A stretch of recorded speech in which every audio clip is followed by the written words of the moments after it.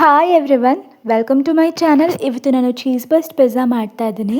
ನೀವು ತುಂಬ ಈಸಿಯಾಗಿ ಮಾರ್ಕೆಟ್ಗಿಂತ ಚೆನ್ನಾಗಿರೋ ಪಿಜ್ಜಾ ಮನೆಯಲ್ಲೇ ಮಾಡ್ಬೋದು.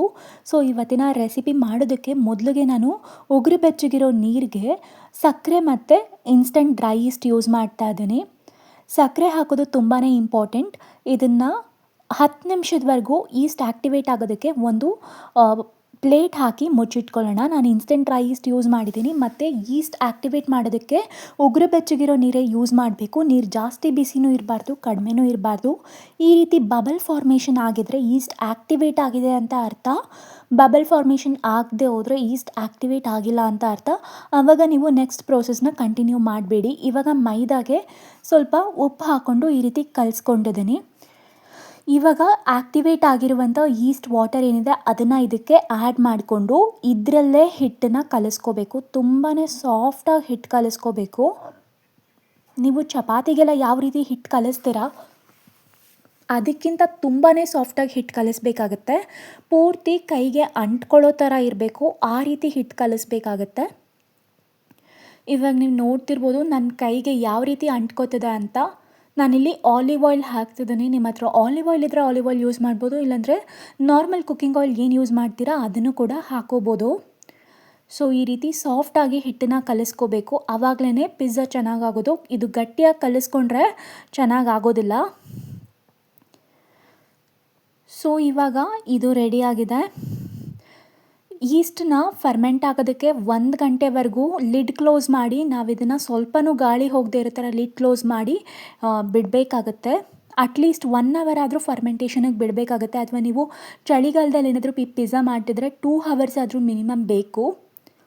ಸೊ ಇವಾಗ ಹಿಟ್ಟು ಕಲಸಾಗಿದೆ. ಇದ್ರ ಮೇಲೆ ಸ್ವಲ್ಪ ಆಯಿಲ್ ಹಾಕ್ಕೊಂಡು ಒಂದು ಕಾಟನ್ ಟವೆಲ್ ಏನಾದರೂ ಹಾಕ್ಕೊಂಡು ಅದ್ರ ಮೇಲೆ ಒಂದು ಮುಚ್ಚಳ ಮುಚ್ತಾ ಇದ್ದೀನಿ, ಸ್ವಲ್ಪ ಕೂಡ ಏರ್ ಹೋಗಬಾರ್ದು ಅಂತ. ಇವಾಗ ಪನ್ನೀರ್ ಮ್ಯಾರಿನೇಷನ್ ಮಾಡ್ತಿದ್ದೀನಿ. ನಾನು ಟಾಪಿಂಗ್ಸಿಗೆ ಇವಾಗ ಮ್ಯಾರಿನೇಷನ್ಗೆ ಒಂದು ಸ್ವಲ್ಪ ಮಸಾಲೆ ಹಾಕ್ಕೊಂಡಿದ್ದೀನಿ. ರೆಡ್ ಚಿಲ್ಲಿ ಪೌಡರ್, ಅರಿಶಿನ ಪುಡಿ, ಗರಂ ಮಸಾಲ, ಅದಕ್ಕೆ ಒಂದು ಅರ್ಧ ಟೇಬಲ್ ಸ್ಪೂನಷ್ಟು ಎಣ್ಣೆ ಕೂಡ ಹಾಕಿದ್ದೀನಿ, ಕೋಟಿಂಗ್ ಚೆನ್ನಾಗಾಗಲಿ ಅಂತ. ಇವಾಗ ಕ್ಯೂಬ್ಸಲ್ಲಿ ಕಟ್ ಮಾಡಿ ಇಟ್ಕೊಂಡಿರೋಂಥ ಪನ್ನೀರ್ ಯೂಸ್ ಮಾಡ್ತಾ ಇದ್ದೀನಿ. ಸೊ ಇವಾಗ ಇದನ್ನು ಒಂದ್ಸರಿ ನೀಟಾಗಿ ಮಿಕ್ಸ್ ಮಾಡ್ಕೊಳ್ಳೋಣ. ನಿಮಗೆ ಯಾವ ಥರ ಬೇಕಾದರೂ ನೀವು ಮ್ಯಾರಿನೇಷನ್ ಮಾಡ್ಬೋದು. ನಾನು ಹೇಳಿರೋ ಥರನೇ ಮಸಾಲೆ ಹಾಕಬೇಕು ಇದಕ್ಕೆ ಅಂತ ಏನೂ ಇಲ್ಲ. ಇವಾಗ ಪಿಜ್ಜಾ ಮೇಲೆ ಟಾಪಿಂಗ್ಸ್ಗೆ ನಾನು ಬೇರೆ ವೆಜಿಟೇಬಲ್ಸಲ್ಲಿ ಇವಾಗ ಚೆರಿ ಟೊಮ್ಯಾಟೊ ಯೂಸ್ ಮಾಡ್ತಿದ್ದೀನಿ. ನಿಮ್ಮ ಹತ್ರ ಚೆರಿ ಟೊಮ್ಯಾಟೊ ಇಲ್ಲಾಂದರೆ ನಾರ್ಮಲ್ ರೆಗ್ಯುಲರ್ ಟೊಮ್ಯಾಟೊನೂ ಯೂಸ್ ಮಾಡ್ಬೋದು. ಇವಾಗ ರೆಡ್, ಯೆಲ್ಲೋ ಮತ್ತು ಗ್ರೀನ್ 3 ಕಲರ್ ಕ್ಯಾಪ್ಸಿಕಮ್ ಯೂಸ್ ಮಾಡಿದ್ದೀನಿ. ಮತ್ತು ಬೇಬಿ ಕಾರ್ನ್ ಕೂಡ ಯೂಸ್ ಮಾಡಿದ್ದೀನಿ.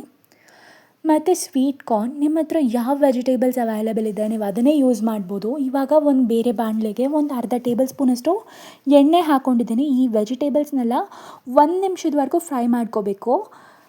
ನಾನು ಈ ರೀತಿ ಫ್ರೈ ಮಾಡಿದೇನೋ ಕಂಪಲ್ಸರಿ ಏನಿಲ್ಲ, ಆಪ್ಷನಲ್. ಆದರೆ ಹಾಗೆ ಹಸಿ ತರಕಾರಿ ಹಾಕೋದಕ್ಕಿಂತ ಒಂದು ಸ್ವಲ್ಪ ಫ್ರೈ ಮಾಡಿದ್ರೆ ಚೆನ್ನಾಗಿರುತ್ತೆ. ಒಂದು ಅರ್ಧದಿಂದ 1 ನಿಮಿಷ ಫ್ರೈ ಮಾಡಿಕೊಂಡ್ರೆ ಸಾಕು. ಯಾಕಂದರೆ ಮತ್ತೆ ಪಿಜ್ಜಾ ಮೇಲೆ ಹಾಕಿ ಬೇಯಿಸ್ಕೋತೀವಿ, ಇದು ಚೆನ್ನಾಗಿ ಬೇಯುತ್ತೆ. ಸೊ ಇವಾಗ 1 ಅವರ್ ಆಗಿದೆ. ಸೊ ಇದನ್ನು ಲಿಡ್ಡನ್ನು ಓಪನ್ ಮಾಡ್ತಾ ಇದ್ದೀನಿ.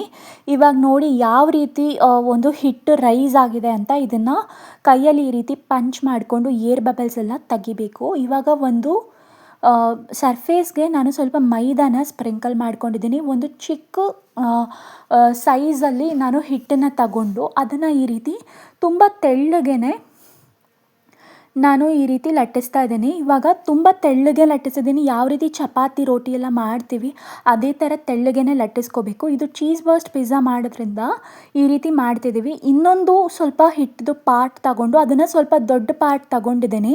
ಮೊದಲಷ್ಟು ಚಿಕ್ಕದಾಗೇನು ತಗೊಂಡಿಲ್ಲ. ಇವಾಗ ಇದರದ್ದು ಥಿಕ್ನೆಸ್ ಏನಿದೆ ಅದು ಸ್ವಲ್ಪ ದೊಡ್ಡದಾಗಿರಬೇಕು. ಸೊ ಇವಾಗ ನಾನು ಇದನ್ನು ಸ್ವಲ್ಪ ಕೈಯಲ್ಲೇ ಸ್ಪ್ರೆಡ್ ಮಾಡಿಕೊಂಡು ಆಮೇಲೆ ಈ ರೀತಿ ಲಟ್ಟಿಸ್ಕೊತಾ ಇದ್ದೀನಿ. ಮೊದಲು ನಾವೇನು ಒಂದು ಚಿಕ್ಕದಾಗಿ ಚಪಾತಿ ಥರ ಲಟ್ಟಿಸ್ಕೊಂಡಿದ್ವಿ ಅದನ್ನು ನಾವು ಚೀಸ್ ಬರ್ಸ್ಟ್ದು ಬೇಸ್ಗೆ ಯೂಸ್ ಮಾಡ್ತೀವಿ. ಸೊ ಇವಾಗೇನು ಮಾಡ್ತಿದ್ದೀವಿ, ಇದ್ರದ್ದು ಥಿಕ್ನೆಸ್ ಇನ್ನೂ ಸ್ವಲ್ಪ ಜಾಸ್ತಿನೇ ಇರಬೇಕು. ಸೊ ನೀವು ನೋಡ್ಬೋದು, ಕ್ಯಾಮ್ರಾದಲ್ಲಿ ಕಾಣಿಸಿದೆ ಅನ್ಕೋತೀನಿ ಎಷ್ಟು ಥಿಕ್ನೆಸ್ ಇದೆ ಅಂತ. ಇಷ್ಟೇ ಥಿಕ್ನೆಸ್ಸಲ್ಲಿ ನಾವು ಇದನ್ನು ಲಟ್ಟಿಸ್ಕೋಬೇಕಾಗತ್ತೆ. ಸೊ ಇವಾಗ ಇದು ಕೂಡ ರೆಡಿ ಆಗಿದೆ. ಸೊ ಇವಾಗ ನಾನೇನು ಮಾಡಿದ್ದೇನೆ ಅಂದರೆ ಒಂದು ತವಾದಲ್ಲಿ ಸ್ವಲ್ಪ ಮೈದಾನ ಸ್ಪ್ರಿಂಕಲ್ ಮಾಡ್ಕೊಂಡಿದ್ದೀನಿ ಈ ರೀತಿ. ಆಮೇಲೆ ಆವಾಗಲೇ ಮಾಡಿಟ್ಕೊಂಡಿರೋಂಥ ಏನು ಚಪಾತಿ ಥರ ತೆಳ್ಳಗೆ ಲಟ್ಟಿಸ್ಕೊಂಡಿದ್ದೀವಿ, ಆ ಪೋರ್ಷನ್ನ ನಾವು ಇದರಲ್ಲಿ ಬೇಯಿಸ್ಕೋಬೇಕಾಗತ್ತೆ. ಜಾಸ್ತಿ ಏನಿಲ್ಲ, ಸ್ವಲ್ಪ ಗೋಲ್ಡನ್ ಸ್ಪಾಟ್ಸ್ ಬರೋವರೆಗೂ ಎರಡೂ ಕಡೆ ಬೇಯಿಸ್ಕೋಬೇಕು ಅಷ್ಟೇ.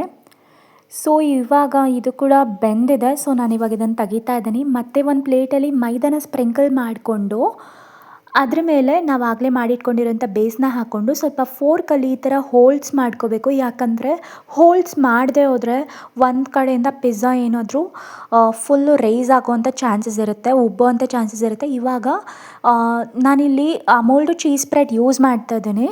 ಅಮೂಲ್ ಚೀಸ್ ಸ್ಪ್ರೆಡ್ಡಿಂದ ಕೂಡ ಇದನ್ನು ಮಾಡ್ಬೋದು.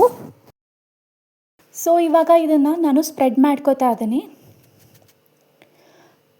ಇದನ್ನು ಫುಲ್ ಕಾರ್ನರ್ವರೆಗೂ ಸ್ಪ್ರೆಡ್ ಮಾಡಬಾರ್ದು, ಇಲ್ಲಾಂದರೆ ನಾವು ಇದನ್ನು ಬೇಯಿಸ್ಕೋಬೇಕಾದ್ರೆ ಏನಾಗುತ್ತೆ ಅಂದರೆ ಪೂರ್ತಿ ಎಲ್ಲ ಚೀಸೆಲ್ಲ ಹೊರಗಡೆ ಬಂದುಬಿಡುತ್ತೆ. ಸೊ ಕಾರ್ನರಲ್ಲಿ ಒಂದು ಅರ್ಧ ಇಂಚಷ್ಟು ಜಾಗನ ಹಾಗೇ ಬಿಡಬೇಕಾಗತ್ತೆ. ಸೊ ಇವಾಗ ನಾವಾಗಲೇನು ಚಿಕ್ಕದಾಗಿ ಚಪಾತಿ ಥರ ಬೇಯಿಸ್ಕೊಂಡು ಇಟ್ಕೊಂಡಿದ್ವಿ, ಅದನ್ನು ಇದ್ರ ಮೇಲೆ ಇಟ್ಕೋಬೇಕು. ಸೊ ಇವಾಗ ಇದನ್ನು ಕೂಡ ಸ್ಪ್ರೆಡ್ ಮಾಡ್ಕೊಂಡಾಗಿದೆ.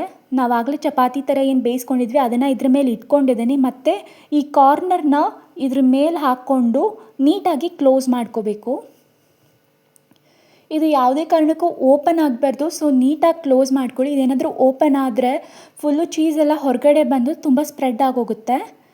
ಸೊ ಇವಾಗ ಇದನ್ನು ನೀಟಾಗಿ ಈ ರೀತಿ ಸ್ಪ್ರೆಡ್ ಮಾಡ್ಕೋತಾ ಇದ್ದೀನಿ ಕೈಯಲ್ಲೇ. ನೀವು ಹಿಟ್ಟನ್ನು ಸಾಫ್ಟಾಗಿ ಕಲಿಸಿದ್ರೆ ಕೈಯಲ್ಲೇ ಸ್ಪ್ರೆಡ್ ಮಾಡ್ಬೋದು.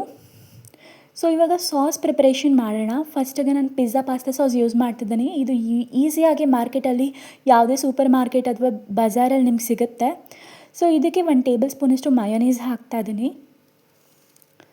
ಇವಾಗ ಇದಕ್ಕೆ 1/4 ಟೇಬಲ್ ಸ್ಪೂನಷ್ಟು ರೆಡ್ ಚಿಲ್ಲಿ ಪೌಡರ್ ಮತ್ತು 1/4 ಟೇಬಲ್ ಸ್ಪೂನಷ್ಟು ಉಪ್ಪು ಹಾಕ್ತಾಯಿದ್ದೀನಿ. ಈಗ ಉಪ್ಪು ಮತ್ತು ಚಿಲ್ಲಿ ಪೌಡರ್ ಹಾಕೋದು ಆಪ್ಷನಲ್, ಆದರೆ ಹಾಕಿದ್ರೆ ಚೆನ್ನಾಗಿರುತ್ತೆ. ಇವಾಗ ಆರಿಗ್ಯಾನೋ ಮತ್ತು ಚಿಲ್ಲಿ ಫ್ಲೇಕ್ಸ್ ಹಾಕ್ತಾಯಿದ್ದೀನಿ. ಚಿಲ್ಲಿ ಫ್ಲೇಕ್ಸ್ ಆರಿಗ್ಯಾನೋ ಹಾಕೋದು ಕೂಡ ಕಂಪ್ಲೀಟ್ಲಿ ಆಪ್ಷನಲ್. ನಿಮ್ಗೆ ಇಷ್ಟ ಇದ್ದರೆ ಹಾಕ್ಬೋದು, ಇಲ್ಲಾಂದರೆ ಸ್ಕಿಪ್ ಮಾಡ್ಕೋಬೋದು. ಇವಾಗ ಸಾಸ್ ಕೂಡ ರೆಡಿ ಆಗಿದೆ. ಸೊ ಇವಾಗ ಇದನ್ನು ಪಿಜ್ಜಾ ಮೇಲೆ ಸ್ಪ್ರೆಡ್ ಮಾಡ್ಕೋತಾ ಇದ್ದೀನಿ. ಸೊ ಈ ಸಾಸ್ನ ನೀಟಾಗಿ ಈ ರೀತಿ ಪಿಜ್ಜಾ ಮೇಲೆ ಸ್ಪ್ರೆಡ್ ಮಾಡ್ಕೋತಾ ಇದ್ದೀನಿ.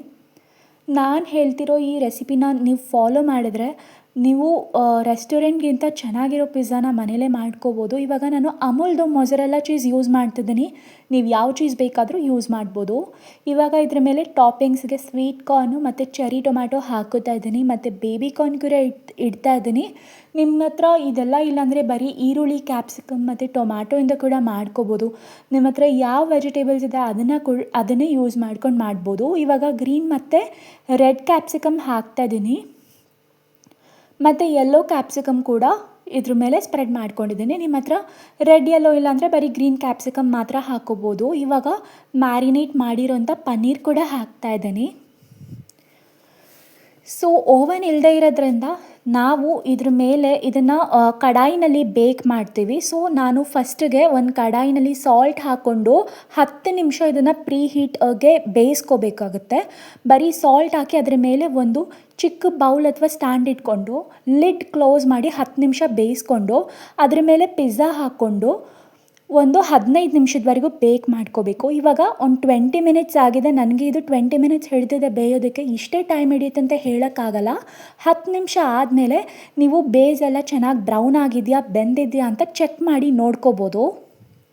ಸೊ ಇವಾಗ ಇದು ರೆಡಿಯಾಗಿದೆ ನೋಡಿ. ಬೇಸ್ ಕೂಡ ತುಂಬ ಚೆನ್ನಾಗಿ ಬೆಂದಿದೆ, ಕರೆಕ್ಟಾಗಿ ಬ್ರೌನ್ ಕಲರ್ ಬಂದಿದೆ. ನಾನು ನಿಮ್ಮ ಬೇಸು ಕೂಡ ತೋರಿಸ್ತೀನಿ. ಈ ರೀತಿ ಕರೆಕ್ಟಾಗಿ ಬ್ರೌನ್ ಆಗಿದೆ. ಇವತ್ತಿನ ರೆಸಿಪಿ ಇಷ್ಟ ಆಗಿದ್ರೆ ವಿಡಿಯೋಗೆ ಲೈಕ್ ಮಾಡಿ. ಇದೇ ಥರ ಇನ್ನೂ ರೆಸಿಪೀಸ್ನ ನೋಡೋದಕ್ಕೋಸ್ಕರ ಚಾನಲ್ಗೆ ಸಬ್ಸ್ಕ್ರೈಬ್ ಮಾಡಿ. Thank you for watching.